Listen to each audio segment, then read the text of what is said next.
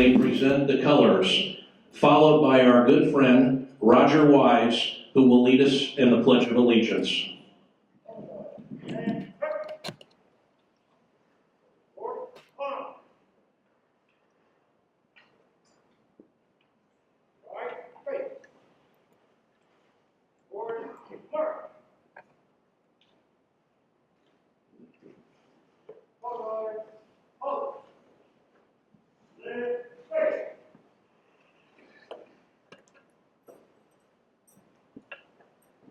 Folks, freedom is not free. Someone has to pay for it. As we're here today, free Americans, enjoying this breakfast, there's young men and young women all over the world paying their tabs so we can be free. When you see a veteran, thank them for their service to our country because they make this possible. When you see one in uniform, salute them and thank them for their service to our country because they make that possible. We also have first responders. They're local. They protect us. So also thank those first responders for the outstanding job they do. Now, will all the veterans in the room and first responders please stand?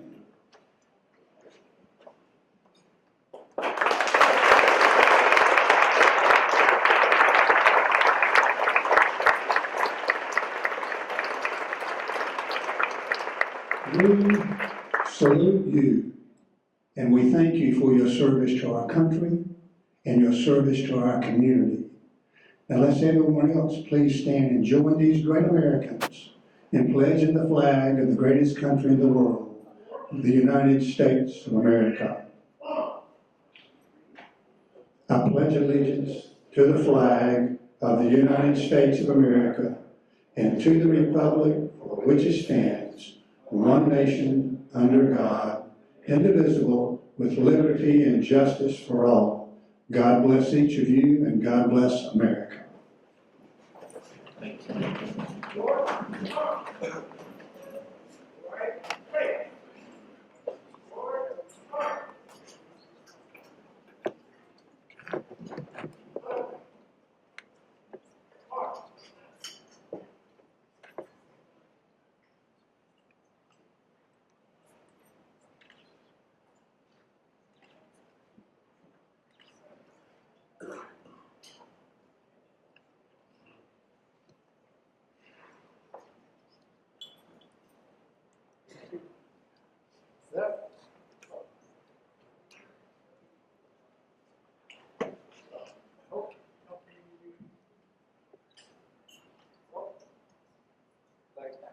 We are honored to invite Rabbi Hershey Minkovitz of Chabad of North Fulton to lead us in prayer.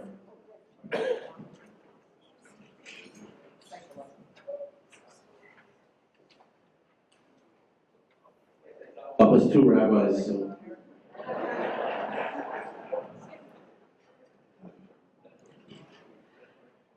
Good morning, everyone. I'm honored to be here. I'd like to start with a short little story. There's a young boy that once came home from religious school, and his father asked him what they had studied.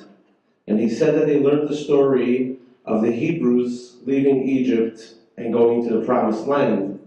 And the father says, "Tell me the story."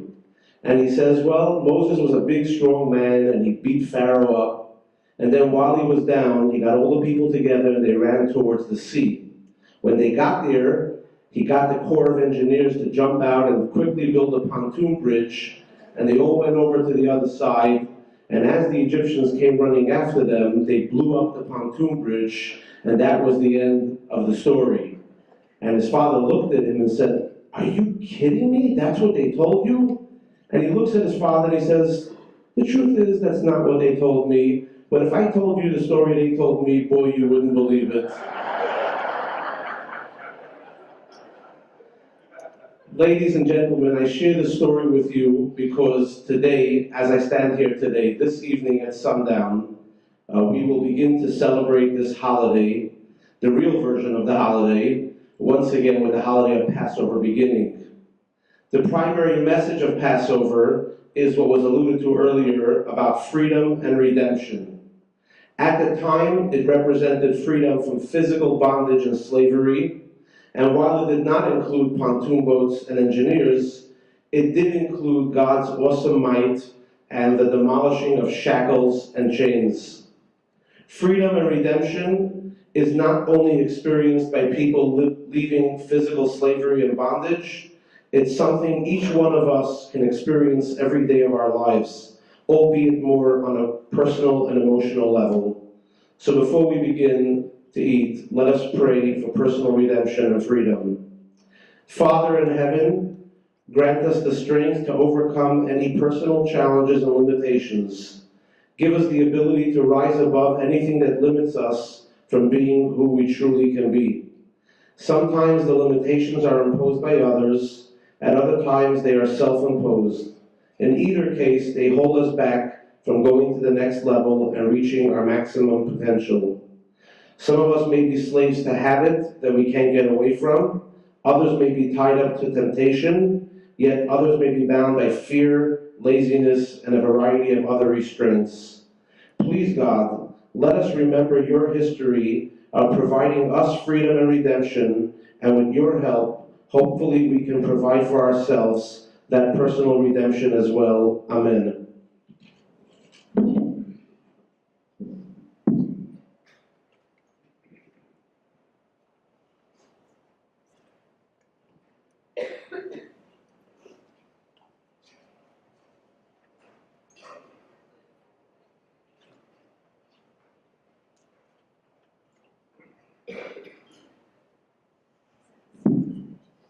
At this time, I'd like to invite John Beaumont to the stage to introduce Emory Johns Creek Hospital, please.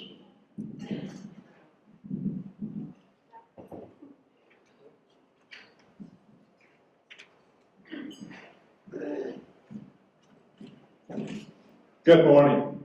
I'm going to be serving you breakfast while I say just a few words, and I'll be followed by Marilyn, and then we'll have a short period of time where you can enjoy your breakfast.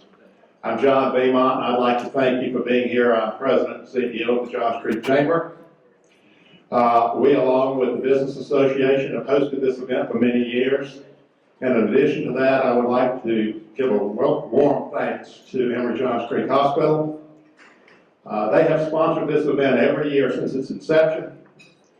And it is that type of dedication to our community that makes a real difference. So thank you very much, Emory Johns Creek Hospital.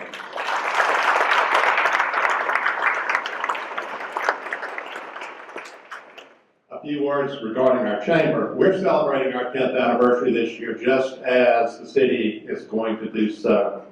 In fact, next Thursday marks the 10th anniversary of the birthday of our chamber, where just a few people gathered together with just a handful of people, really, to celebrate the upcoming elections and what was believed to be a new city on the horizon and to serve the business community.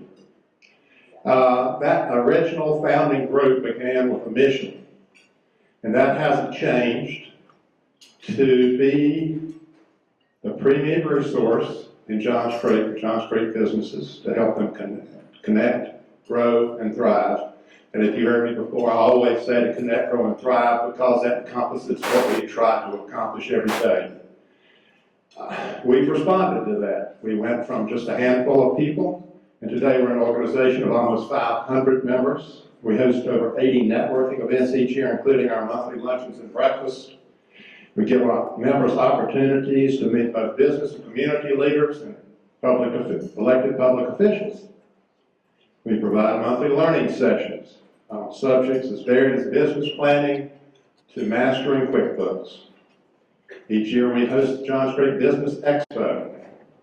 It provides an amazing showcase of local businesses with over 100 participants and 1,000 visitors.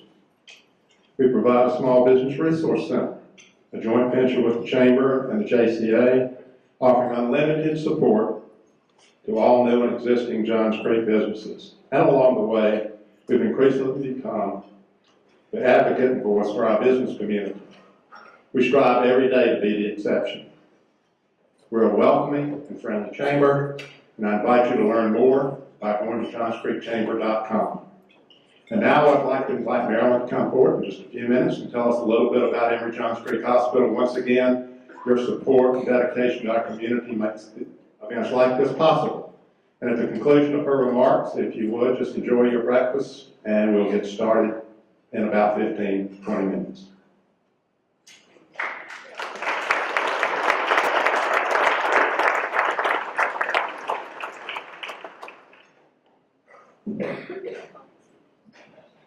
Good morning. Thank you for allowing us again to be the sponsor of the State of the City. We are so happy to be in Johns Creek. We are so happy to be part of the community. I was talking last night to my husband. I was explaining that I was going to be talking before the mayor, and he said, "Oh, so you're like his warm-up band?" I was like, "Oh, absolutely, I'm his warm-up band." So respectfully, Mr. Mayor, Mrs. Mayor, Emma, I'm going to be your warm-up band. I'm going to try not to sing because we know that would not be good. So I wanted to walk you through just a little bit about what Johns Creek Hospital and the city do both together and how the hospital's growing. And so I wanted to start talking about what we do internally to really focus on the patient and family experience. One of the things, and you'll see on the slide, is that we have Happy Tails. And what Happy Tails does is it comes into our hospital and we have dog visitation. Now, you would think that might not be a very big thing, but if you would go with the dogs into patients' rooms and see how special it is for people that can't get outside to see their own dogs, what a difference it makes. So it's a really great program. We're so happy to have them here and so happy to be able to really focus on the patient and family experience. We are the only hospital in Johns Creek. We are the hospital that serves all of you in the community, the businesses, the churches. Next slide, please. Thank you. I had to put this one in. This is the only one that's not a picture, but I had to brag a little bit. I have a lot of members of our team here this morning, so if you could give them a hand for all they do for our patients and families.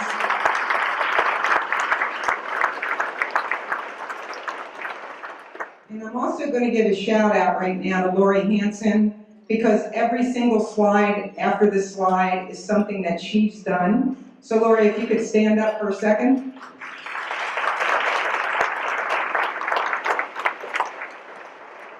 So I want to thank you for making Johns Creek so beautiful and really continuing the growth, which we're going to see in all your slides, and thanks for the slides.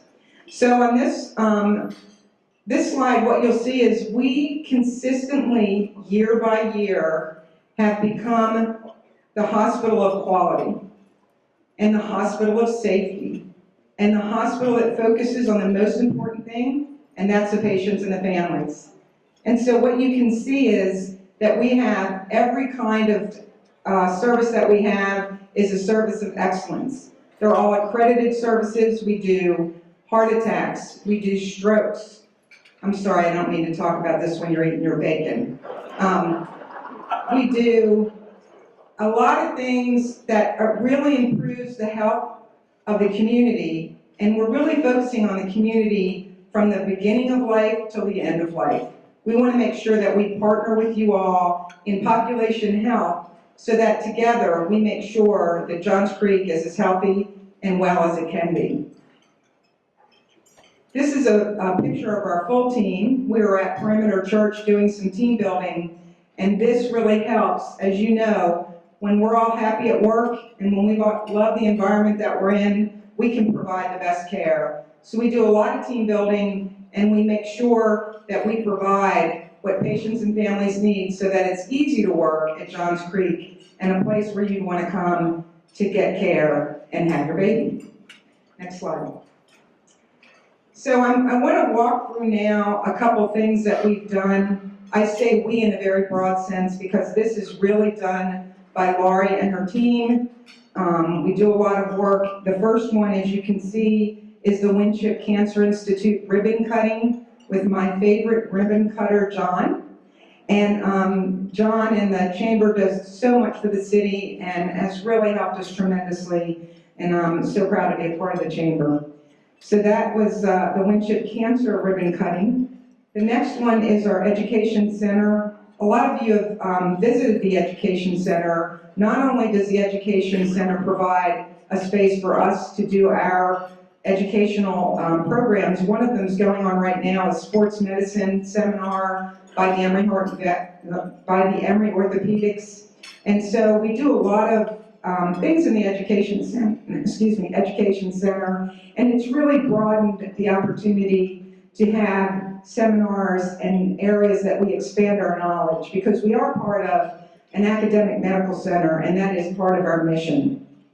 Next, you'll see a rendering of, and Tim, try not to stand up and cheer for this one. We have our chaplain, Dr. Timothy Park, at our table, and this is the sanctuary rendering. It's going to open in June. We've already started. We've done the groundbreaking, and we're so excited because we call this a sanctuary because this is open to everyone, to every faith, to every denomination. If you just want to go down and talk to Tim, he's there to welcome you. And so we're really happy and excited to have this open in June.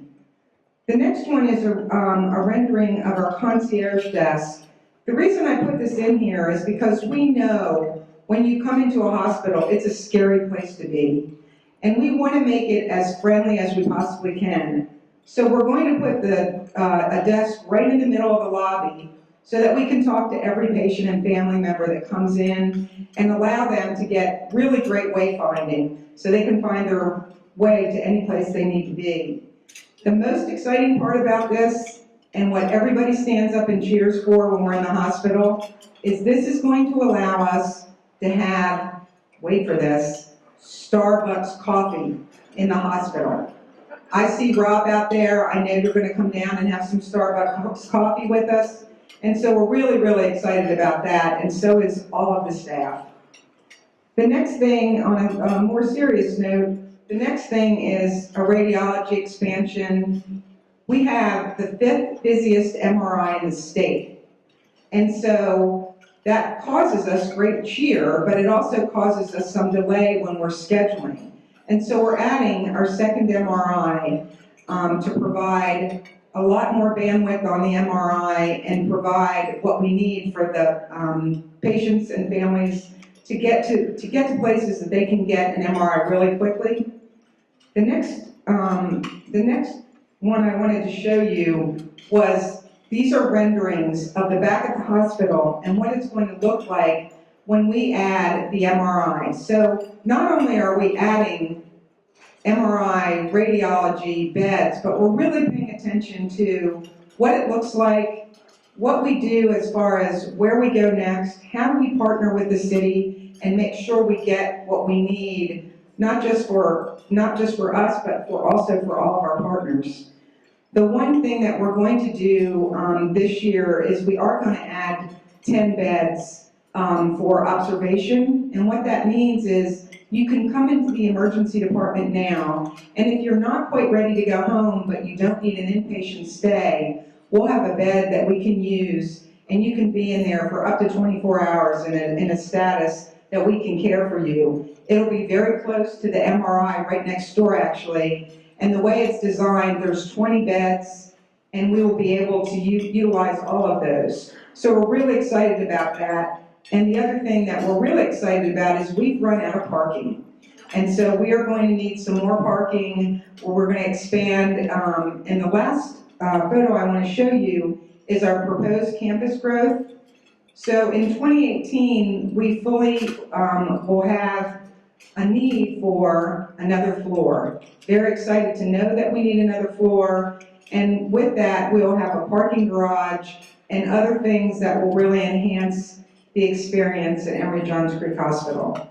So I appreciate you looking at my photo album.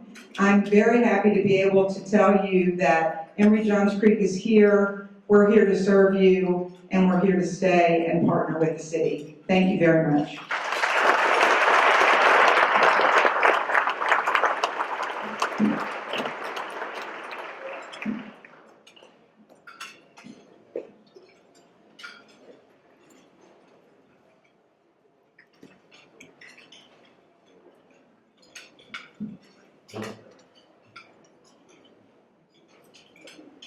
Good morning again. I hope everyone is enjoying the wonderful breakfast and the Atlanta Athletic Center.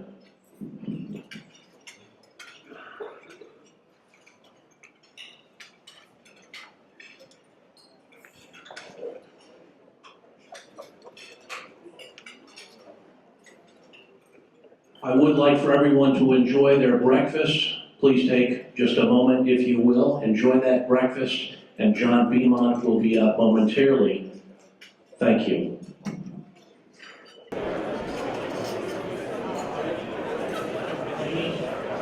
Gentlemen, distinguished guests, and our Johns Creek City Council, I would like to take a moment to recognize Mayor Bodker's family, his beautiful wife, Lisa.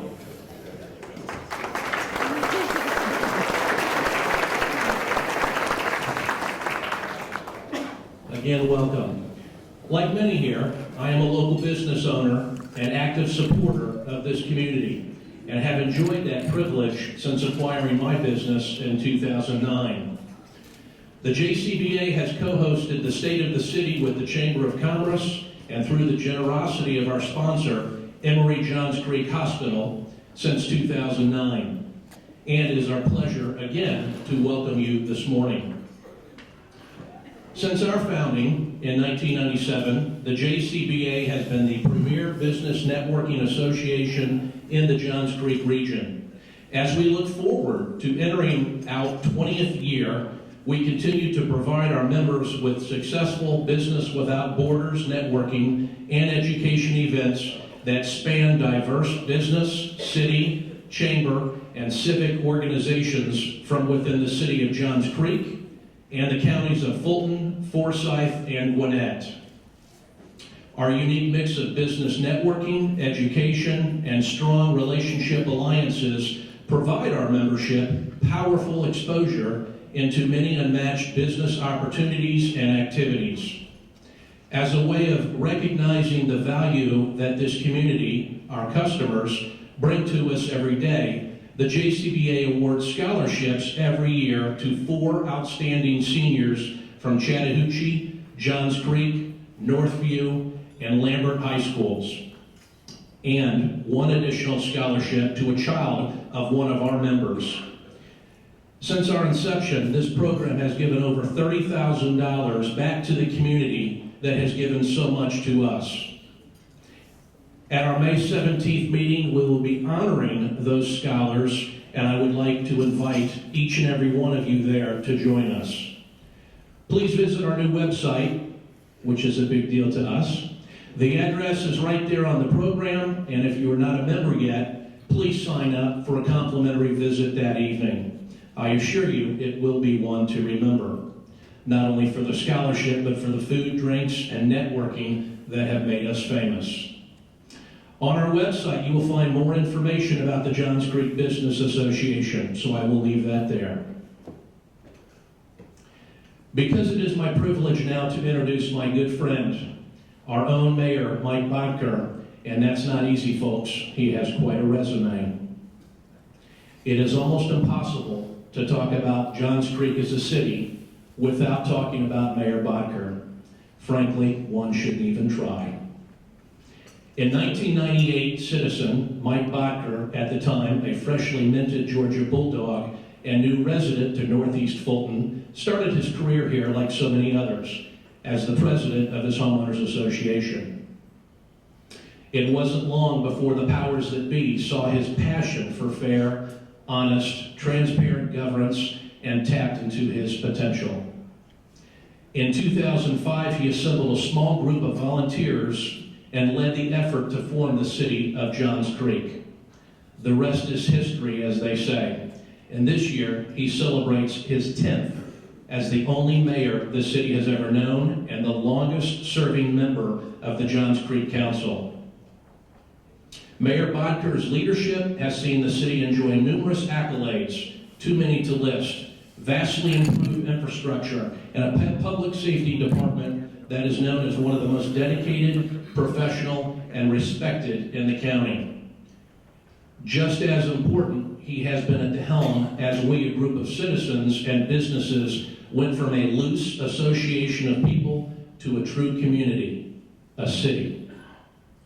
In recognition of his leadership and the commitment to service, Mayor Bodker was named the 83rd president of the Georgia Municipal Association in 2015. His dedicated service there and on the national stage with the U.S. Conference of Mayors has only served to raise the bar for all who will follow. And in that service lies the challenge in introducing Mayor Bodker. I have only given 5 minutes and a list of accomplishments as long as my arm. I will end that there and say, please welcome the Honorable, our Mayor, Michael E. Bodker.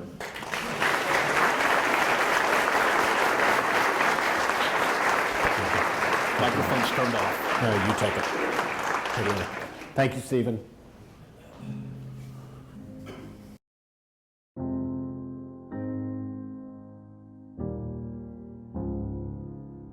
Hello. Can you hear me? I'm in Johns Creek dreaming of times of how we used to be. When we were young and set free to imagine and become our own exceptional city. There's such a difference between now and years gone by.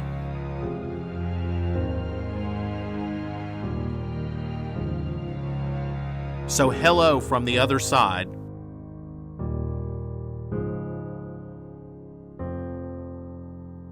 "10 years as one of the safest cities in Georgia with top-ranked schools and selected as one of the best places to live in the nation. The city of Johns Creek has proven time and time again that we are positively exceptional in every way, and 2015 was no different. Dubbed the Year of Public Works, in 2015, our Public Works Department implemented an aggressive plan to help reduce congestion and improve the traffic flow through our city. We allocated more than $33 million for road improvements and are working toward resurfacing 34 miles of roadway in 34 neighborhoods. We became only the 9th city in the U.S. and 38th in the world to partner with the largest crowdsourced traffic app, Waze, to provide motorists with timely traffic information and to learn more about traffic patterns. We widened a portion of Jones Bridge Road from 2 to 4 lanes and began construction on roundabouts at Bell and Bowles Roads and at Crossington and Sargent Roads. We're a growing city, and in 2015 our parks grew by almost 200 acres. Our thriving business community welcomed 49 new businesses and so much more. We launched a public art program and installed 4 unique pieces around Johns Creek. The Veterans Memorial Park at Newtown Park officially opened, and we were nationally recognized as a Purple Heart City. As we look toward the next 10 years, I hope you will be an active part of our city and your government as we continue to plan for and enhance our exceptional city.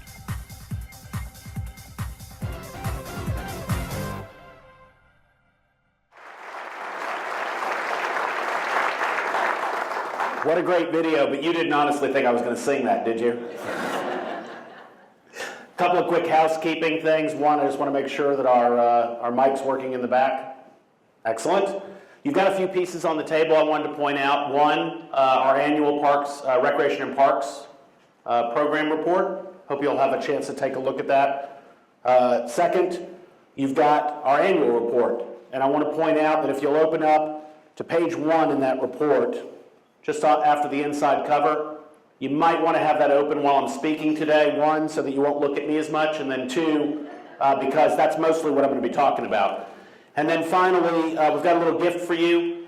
We're promoting, of course, our brand. And if you'll use this to power up your devices, then you'll also remember our 10th year anniversary as we come up on that. So with that, I just want to take a moment, of course, and thank you for being here. And I want to thank all those who've participated so far. It's a great day here in Johns Creek. I feel like I haven't been from the club very long because I was here last night at an event. I must say the room looked completely different. I was a little concerned what it might look like when I got here this morning, but luckily they know how to turn things around here. And in retrospect, I probably should have just slept here. But then again, it's Friday and there wasn't any traffic, so That was a great thing. And by the way, why doesn't that work on Monday through Thursday? We need to work on that. Tom, maybe you can figure that out for me, our Public Works Director. Anyways, it's a great morning, and I appreciate you taking time out of your schedule to join us here at the annual State of the City address. 2016 marks a special milestone in the history of Johns Creek, as nearly 10 years ago, our referendum was approved by over 70% of the voters to form our city. A city full of energy and promise. And since that time, we've walked down this path together. Many of you that helped start the city are actually sitting in this room today, and I thank you for your efforts.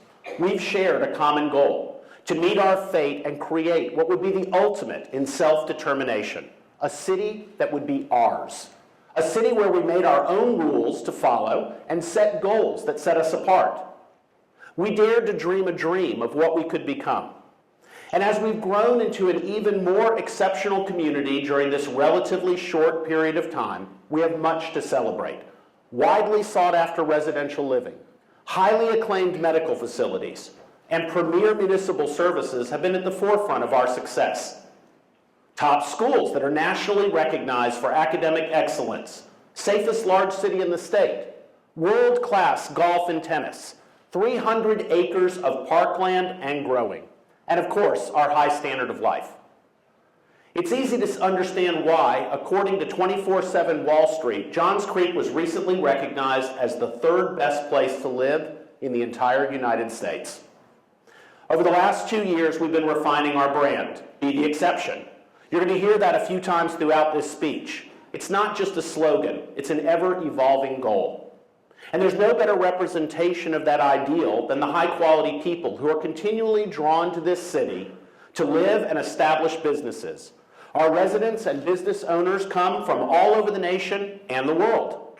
The diversity of culture and ideas is a foundation of our strength, and it will continue to propel us to even greater heights than we ever have achieved. And I cannot think of a more immediate example of that ideal than by looking around this room. Your drive to work hard and strive to be the exception is evident in all that you do. Our gracious sponsor, Emory Johns Creek, led by its CEO, Marilyn Margolis, is but one example. Their investment in our community has not only spawned ancillary and supporting medical services, but it gives us peace of mind knowing that first-class health care is literally at our door. Our host, the Johns Creek Business Association and the Johns Creek Chamber of Commerce, provide a healthy ecosystem of entrepreneurs and businesses that create jobs and provide local conveniences. Our Johns Creek Business Association is led by its president, Stephen Vorbeck, and our chamber by its president, John Beaumont. I want to say on behalf of our council, we appreciate your leadership and valuable contribution that your organizations make in our city every day. Thank you so much.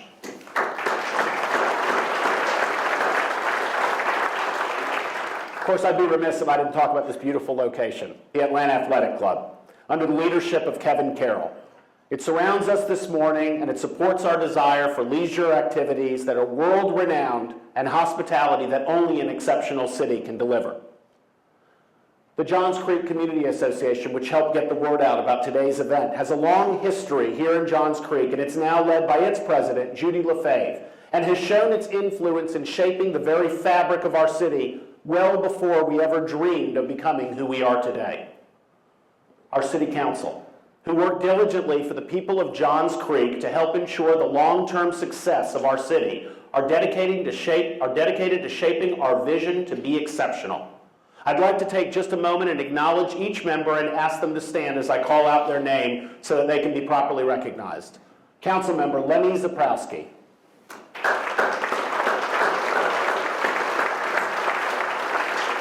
Councilmember Jay Lynn.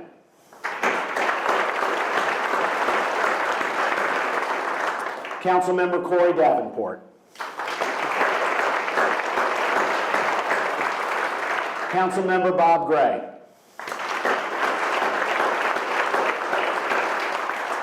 Councilmember Stephanie Andres.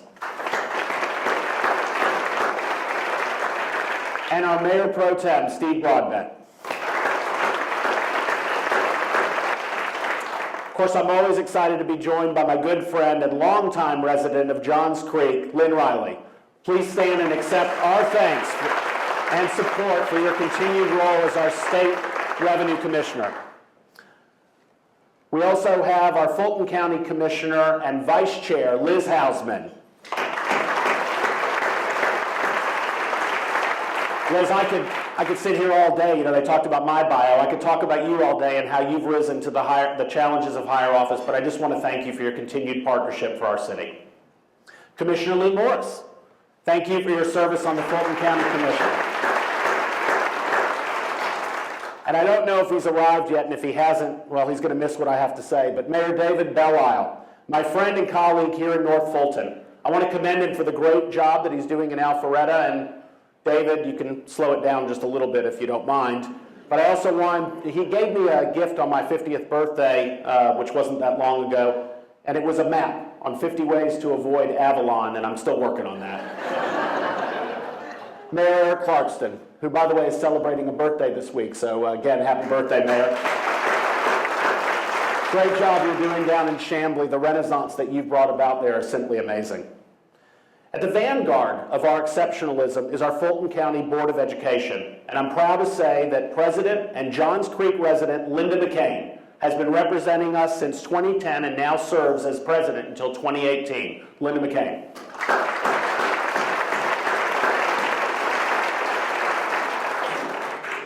We also have, representing the administration, Cliff Jones, our area superintendent. Cliff?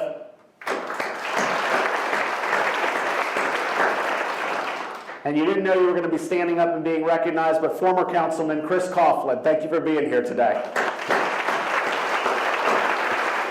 And I want to thank all of our public servants for their service. I also want to recognize some of our business partners that are here today. Johns Creek Advantage CEO Courtney Bernardi.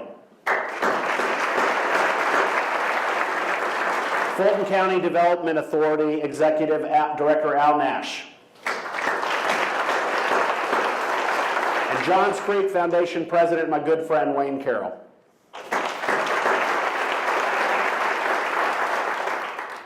Of course, this job is easy because we have a great city staff, and it's led by our city manager, Warren Hutmacher. And if I can get all of the city staff that are here in the audience to please stand.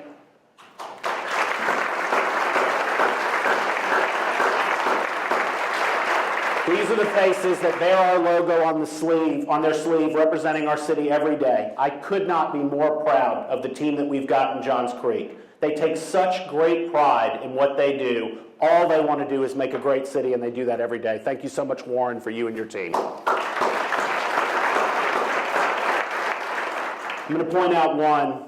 We haven't seen too much of her lately, but she's never missing from our heart. And I know that she's going to get mad at me, but I want to point out our city clerk, Joni Jones, who's joined us today.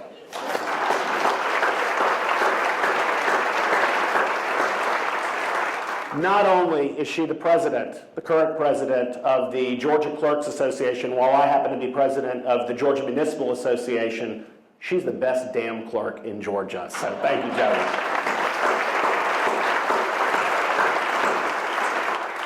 Last but never least, and you know, elected officials all the time make the mistake of forgetting to introduce this person. But I'm joined by my wife, Lisa.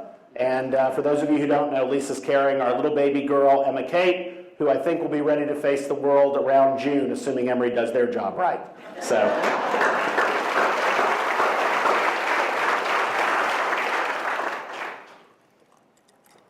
By the way, I always make a mistake by bringing a Diet Coke up here because I left the podium once, and I left it up there, and someone said, "Hey, Mayor, you need to take your bourbon with you."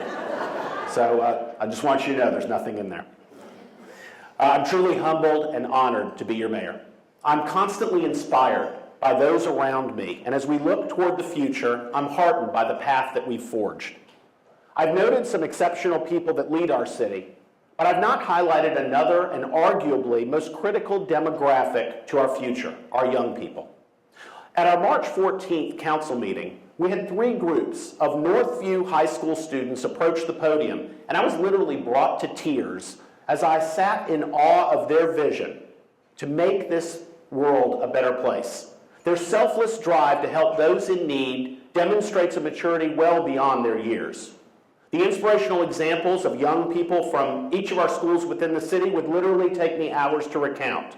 And if this thought alone is not enough to infuse my optimism, I can't think of any that will.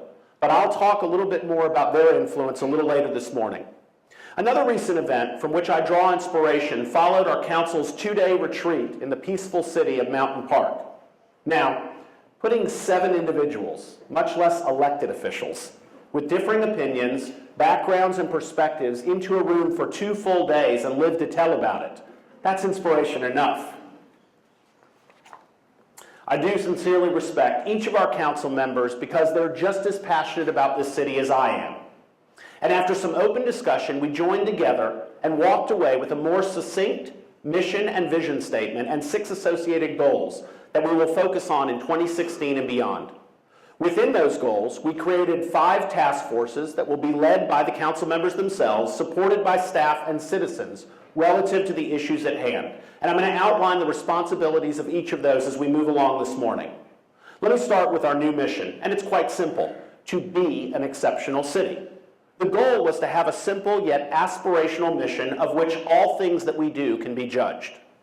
Sounds simple, yet it requires a tremendous amount of effort to maintain. But that's what you expect and you deserve.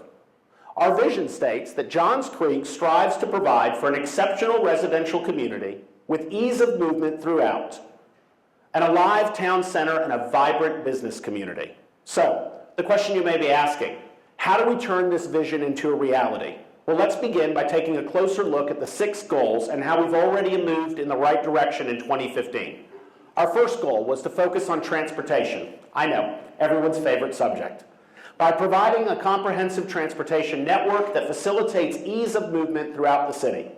In order to identify the solution to the congestion, we had to first examine what factors are contributing to that. And a primary factor is that Johns Creek happens to be sitting at the heart of one of the fastest growing regions in the country. You may not know this, but to our north, Forsyth County is now the 11th fastest growing county in the entire country. The Atlanta Regional Commission estimates that Forsyth County will more than double its population by 2040.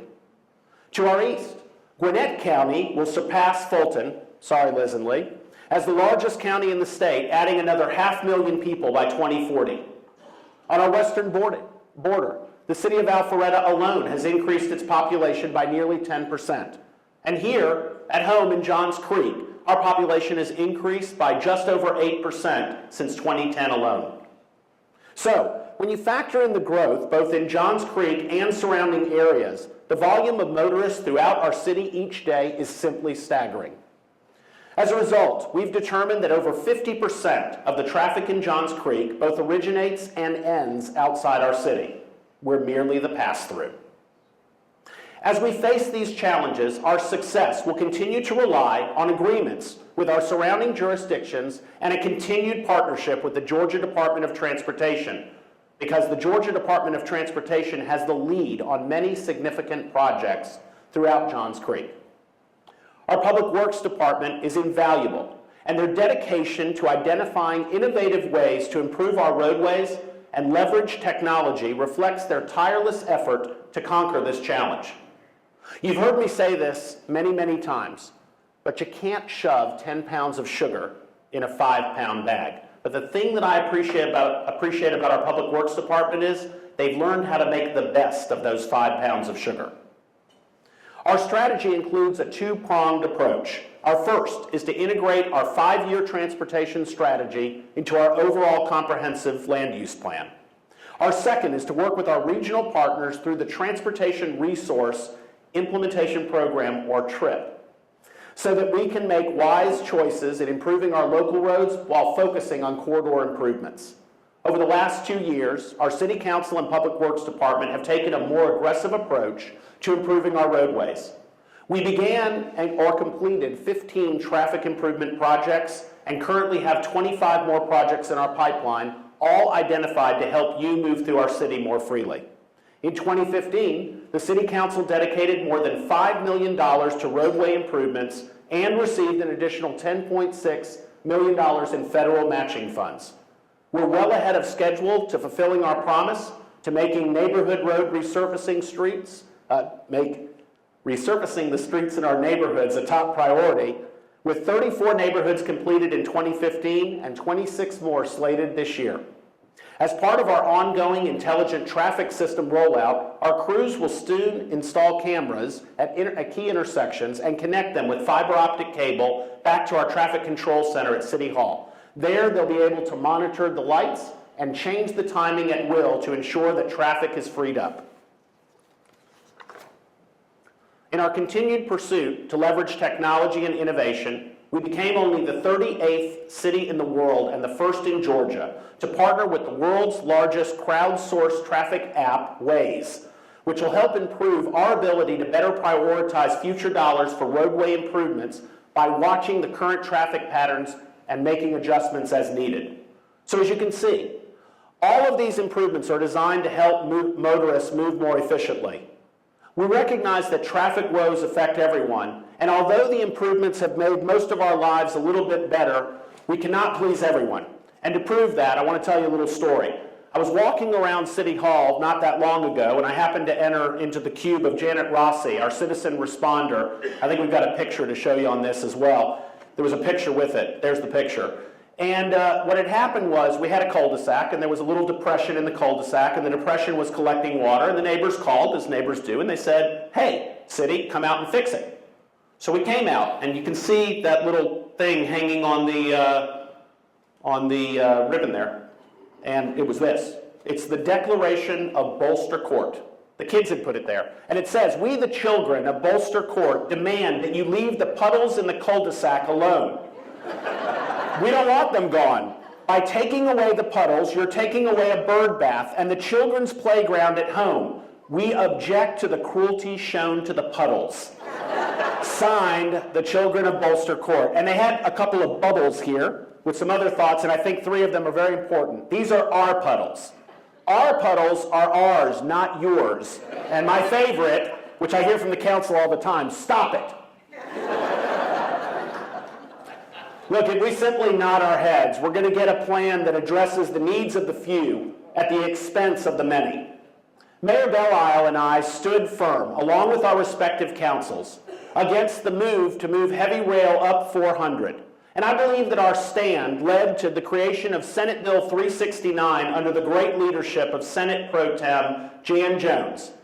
SB 369 is going to provide opportunities for voters to determine whether they would be willing to fund nearly $600 million of road improvements throughout Fulton County, of which Johns Creek could raise a little bit over $82 million.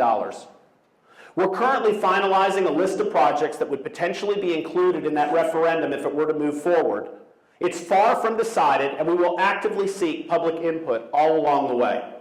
But we cannot be afraid to have this debate, to look for innovative, cost-effective ways to deliver more efficient road improvements and continue to study mass transit expansion. I want to take this opportunity to publicly thank Pro Tem Jones for getting the T-SPLOS discussion back on track and giving us all the opportunity for better long-range transit options. While the adults continue to debate this transit issue, our young people have already taken action. In February of this year, a group of Johns Creek High School students won a national app challenge sponsored by Verizon. Their ride-sharing app, called Vroom, is designed to pair drivers with students for carpooling. They're working with MIT students on the final version because these kids get it. Our second goal is related to recreation and parks. We want to ensure that a complete recreation and park system that aligns with the goals and needs of our community. Parks in Johns Creek are not just a nice-to-have feature. Our recreation and parks programs are an essential part of maintaining a high quality of life. Our goal is to embrace the cultural and stage-of-life diversity that exists in our community by providing amenities that meets the needs of all of Johns Creek's residents. After months of feedback through a community-driven process, our priorities have emerged. We've heard you. You told us you want more parks, a system of interconnected recreational greenways, and a wider range of programs that meets the needs of people of all ages and capabilities. Last month, our council approved a master recreation and parks plan, which will guide the improvements and expansion of our park system over the next 10 years, and will include most of what you've asked for. As a featured catalyst in our parks vision, we took a courageous step forward early last month by purchasing more than 130 acres of prime open space with river access at Cauley Creek. This has the potential to be a signature park in our system. The City Council followed right after the Cauley Creek purchase with another 20-acre linear park in Tech Park. Adding these and several smaller park locations brings over 150 new recreational acres into our system. That nearly doubles the amount of land we had 10 years ago. Now that's significant.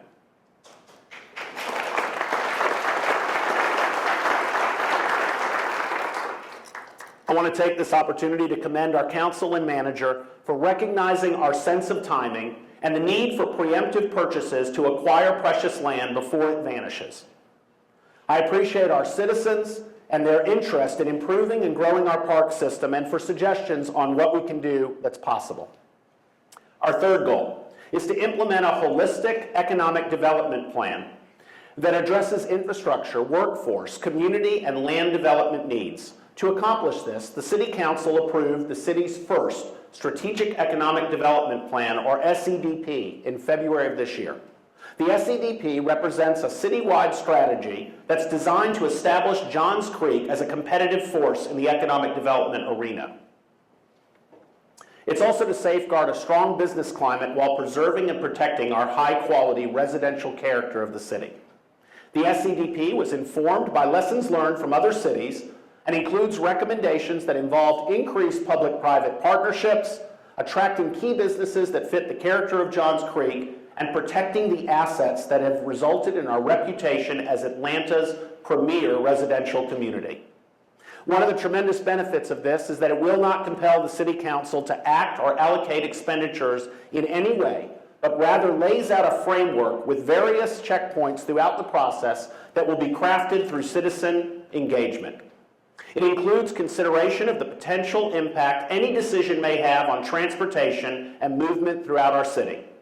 History demonstrates that when city governments are actively involved in economic development, they are more likely to succeed in ensuring the economic vitality of their communities. And to quote Benjamin Franklin, if you fail to plan, you're planning to fail. Our fourth goal focuses on government efficiency, more specifically, to develop innovative and a cost-effective approach to exceptional service delivery. We've made major advances in reviewing our current operational and financial models and restructuring how we do business as we continue to be good stewards of your tax dollars. Beginning in 2015, we incorporated a significant improvement to our budget development process that gives a clearer picture of city expenditures this year and beyond. The 2016 budget is a product of a new strategic planning process that utilizes a 10-year financial forecast model complemented by a scorecard method to prioritize capital requests. This new process has allowed us to identify opportunities to increase efficiencies and reallocate funds toward priority, community-driven projects. It provides a strong foundation for future planning and will continue to make a positive difference. To assist in these efforts, I've appointed Council members Bob Gray and Stephanie Andres to a special finance task force. The purpose of the task force is to review our 10-year financial model and make recommendations to the Council in identifying the appropriate drivers to calibrate this model going forward. Two additional task forces that I believe will contribute to improved government efficiency are our Charter Task Force and the Civic Engagement Task Force. Councilmember Stephanie Andres and I will work together with our city staff and citizens to review the charter and make recommendations focusing on correcting inconsistent, ineffective, and confusing provisions within our charter. Councilmembers Lenny Zaprowski and our Mayor Pro Tem Steve Broadbent will lead a civic engagement task force. They're going to work with the city staff and citizens to identify and recommend opportunities to foster and encourage meaningful citizen involvement. Focusing attention on each segment of this goal, we believe, will deliver meaningful results to you. Our fifth goal is to support and invest in public safety. As your mayor, my number one priority has and always will be to keep our citizens safe. We have a truly exceptional police, fire, and 911 team. We have a council that provides them with all the tools in the toolbox needed to do their job at the highest level. Just one of the many great examples of our team is Detective Sergeant Ben Finley, who conducted a year-long investigation into individuals who made fake emergency calls to elicit dramatic SWAT responses known as swatting. Folks, I want you to think about this. Imagine you're away from the city, you're driving home, and you get phone calls on your phone, and the call at the other end is telling you your family's been murdered. You're on a plane. The minute you land, your phone is blowing up, and the messages you hear is, your family is dead. That's what a couple in Johns Creek experienced. By the time they got close to the house, they both realized it was a hoax. They saw on the news their nanny coming out with 2 kids under their arms and knew everything was going to be okay. But what they also saw was police officers, SWAT officers, with guns trained at their front door because they believed someone was in that house killing people. It's not a joke. This is a very serious thing, and I'll tell you something. It's rarely determined who did it. But Detective Sergeant Ben Finley, for a year, pursued this perp, caught him, and that little scumbag's in jail today. And I want to thank Chief Densmore and Detective Sergeant Finley.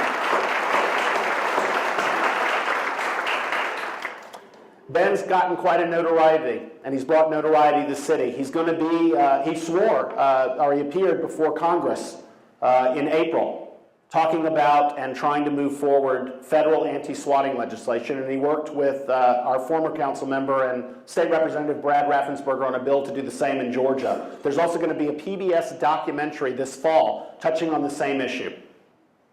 In 2015, Johns Creek was recognized as the safest large city in Georgia by SafeWise.com. That's no small feat. The preparation and diligence of our fire department also led to improved citywide fire ratings used by insurance companies, and we believe this is going to lead to savings for our citizens and businesses of over $6 million a year. I want to thank Chief Densmore and our fire chief, Jeff Hogan, for their great work.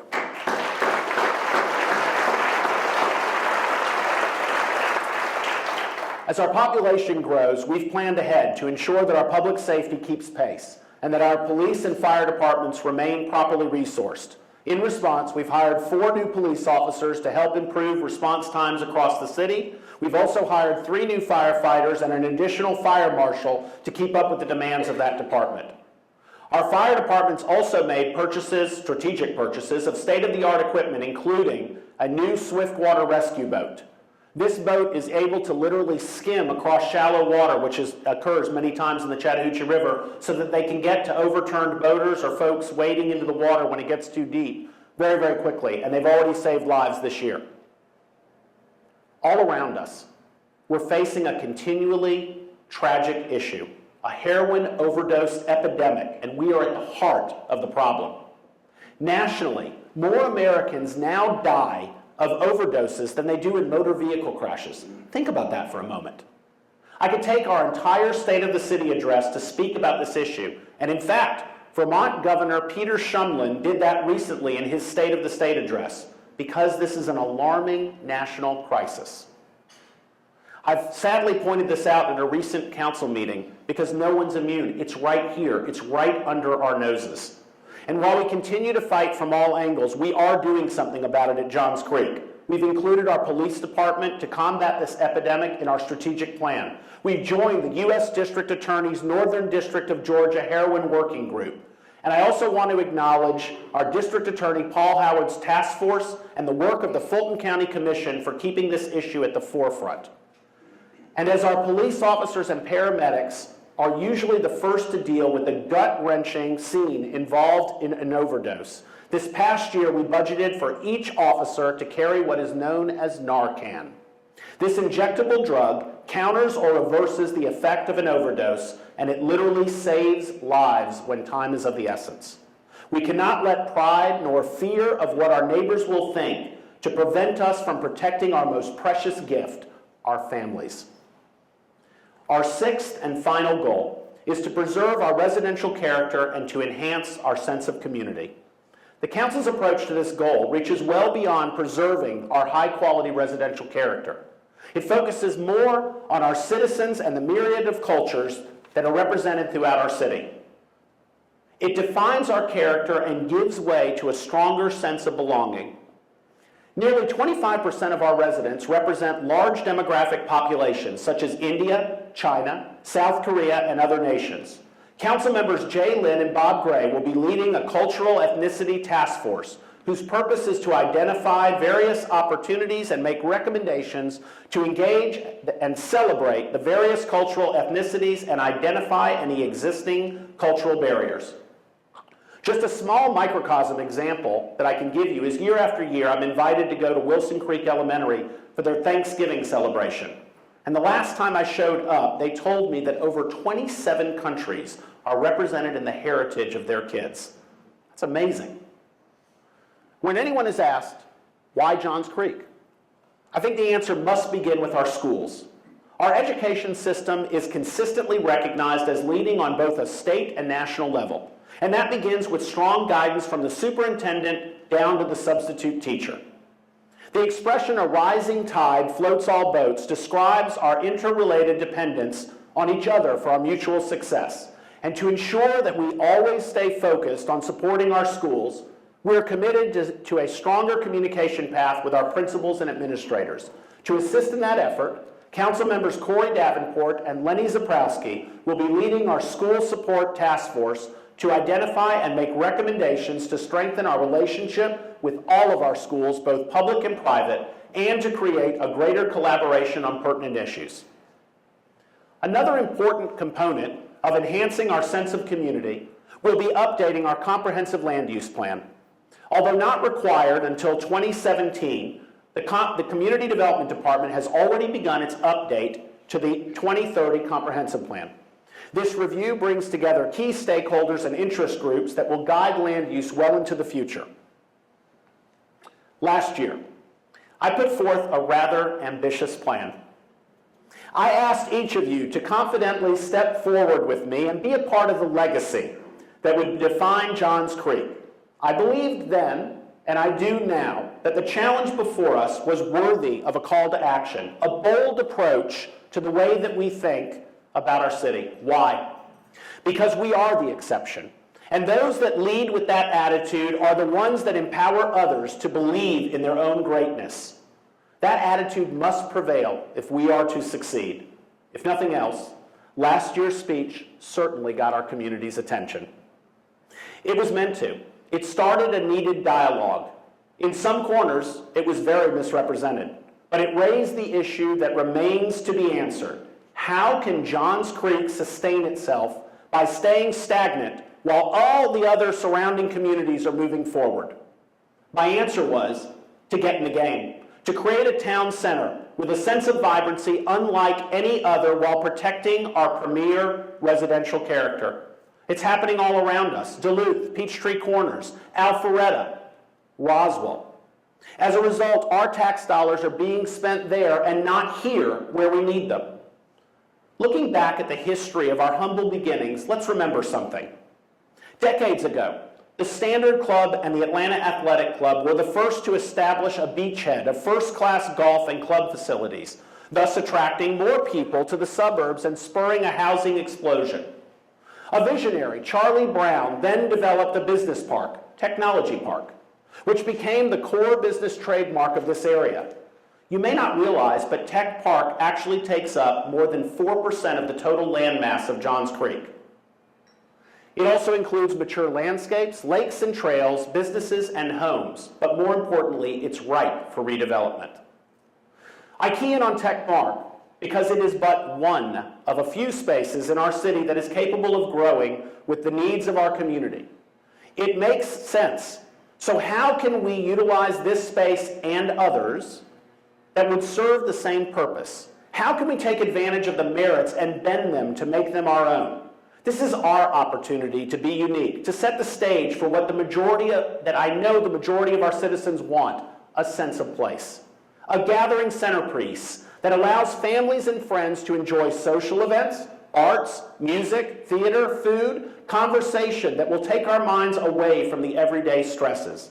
It invites innovative companies to locate here and grow, thrive, and participate in our success.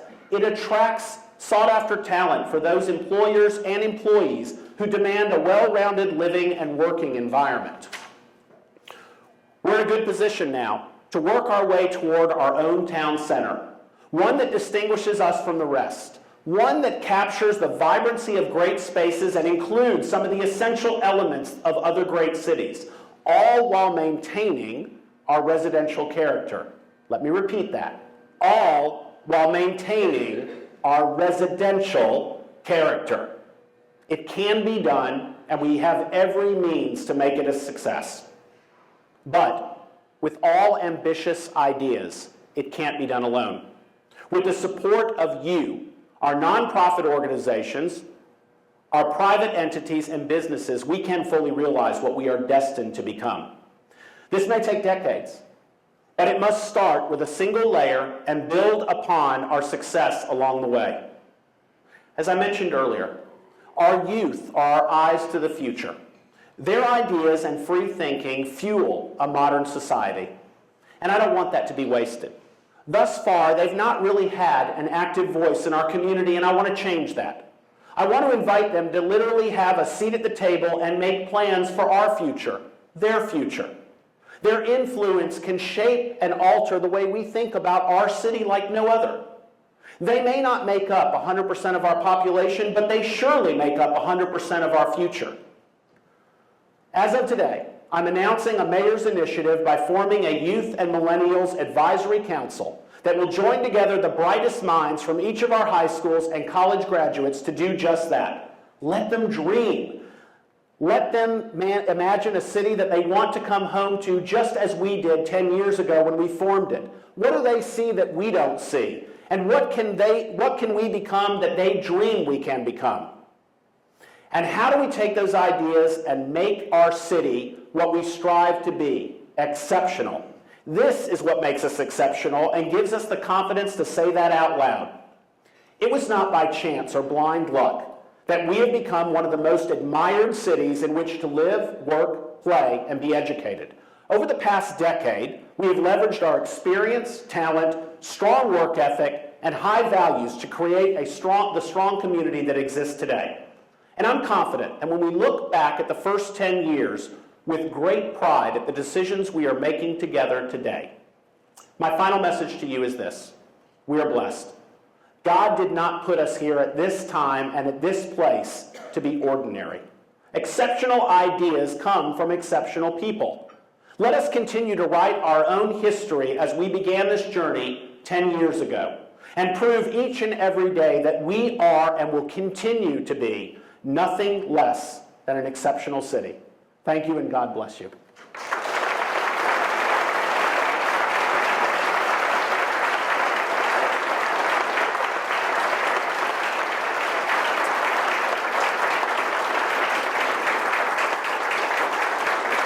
So we've already improved from last year, because I want to tell you, last year everyone just jumped up and got the heck out of here. My favorite part of the State of the City is not giving the State of the City. It's giving an opportunity for you to ask questions and for me to give you an opportunity to answer them. So we've got some folks with microphones around the room, and if someone will let me know if you want to ask a question, we'll be more than happy to try to answer it.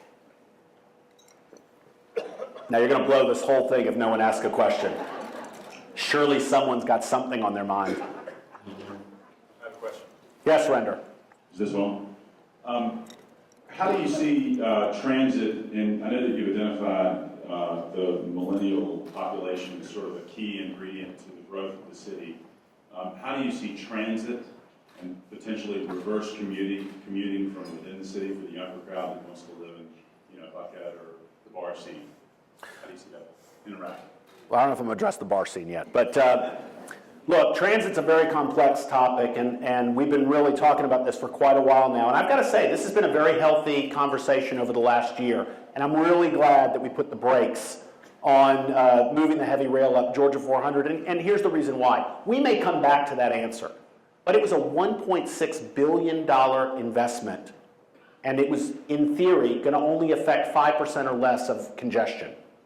So we've got to look for the most innovative ways to actually deliver transit expansion that people will utilize. Now, I don't know what it's going to look like in Johns Creek, because you can't fit Johns Creek, which is a small piece of the puzzle, until you understand the bigger piece of the puzzle, which is Metro Atlanta.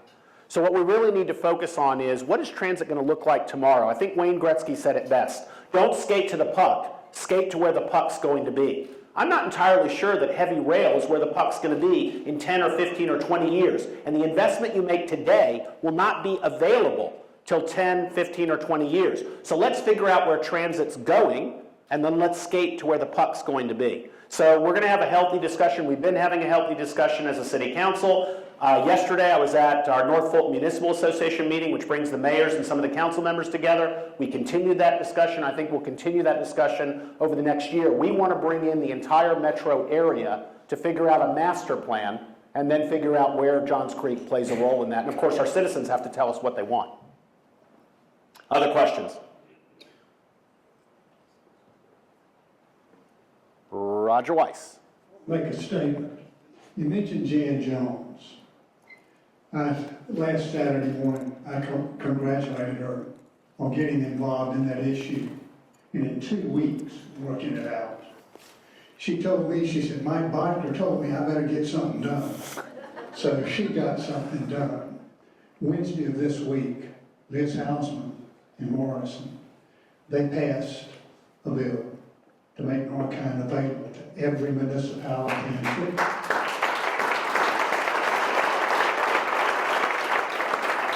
Every municipality in Fulton County. That's a wonderful thing they're doing. It's going to save some lives. Thank you, Commissioner Hausman and Morris and your colleagues. I meant what I said when I talked in front of you. Our county has never been in better hands than it is right now. We've got conservative, business-minded leaders, from the county manager all the way down, working together, Mayor, with you and the other mayors. That's what makes that successful. So we, in Johns Creek, Fulton County and the state of Georgia, thank you all for that partnership, because it's making our lives much better. And I don't want to take anything away from the great work that the Fulton County Commission is doing. I mean, it wasn't that many years ago that we used to all get our jollies about beating up on Fulton County, which I've tried overtly not to do now because I really do believe in this new Fulton County Commission. But I got to tell you something. Johns Creek has consistently been a leader, and you may not recognize that. Narcan, we did before Fulton County did. Matter of fact, I'd like to think that we were the inspiration. Flashing yellow lights. GDOT thought we were nuts when we presented flashing yellow lights. We are constantly trying to bring innovation to the forefront. We've recently brought up another topic, something called the through you. Some folks are freaking out over change. Look, I don't know whether we'll ever move forward on that or not, but I figured something out. If we keep doing things the way they've always been done in Georgia, there's a good chance we're not going to accomplish too much. So I encourage our staff to bring innovative ideas forward, and hopefully you as citizens will give them serious consideration before you just reject them as change. Any other questions? Yes, sir, Bob Frame. If we can get a microphone back to him.